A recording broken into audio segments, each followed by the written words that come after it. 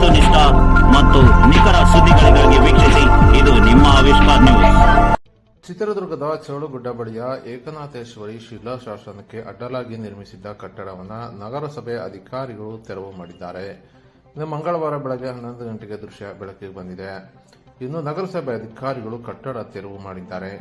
ಇನ್ನು ಚಿತ್ರದುರ್ಗ ನಗರದ ನಗರಸಭೆ ವ್ಯಾಪ್ತಿಗೆ ಒಳಪಡುವ ಚೌಳುಗುಡ್ಡ ಸಮೀಪದ ಅಗಸನಕಲ್ಲು ರಸ್ತೆಯ ಪಕ್ಕದಲ್ಲಿ ಶ್ರೀ ಏಕನಾಥೇಶ್ವರಿ ಅಮ್ಮನವರ ಪುರಾತನ ಇತಿಹಾಸ ಪ್ರಸಿದ್ಧ ಶಿಲಾಶಾಸನವಿದ್ದು, ಇದಕ್ಕೆ ಅಡ್ಡಲಾಗಿ ಕಟ್ಟಡ ನಿರ್ಮಾಣ ಮಾಡಲಾಗುತ್ತಿತ್ತು.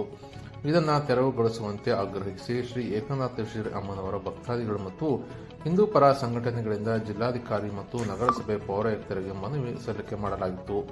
ಇನ್ನು ಹೋರಾಟಕ್ಕೆ ಮಾಡಿದ ನಗರಸಭೆ ಅಧಿಕಾರಿಗಳು ತೆರಳಿ ಜೆಸಿಬಿ ಬಳಸಿ ಶಿಲಾಶಾಸನಕ್ಕೆ ಅಡ್ಡಲಾಗಿ ನಿರ್ಮಿಸಿದ್ದ ಕಟ್ಟಡವನ್ನು ತೆರವು ಮಾಡಿದ್ದಾರೆ. ಹಂಪಿ ವಿರೂಪಾಕ್ಷರ ಸಾಮ್ರಾಜ್ಯಕ್ಕೆ ಒಳಪಟ್ಟಿತ್ತು.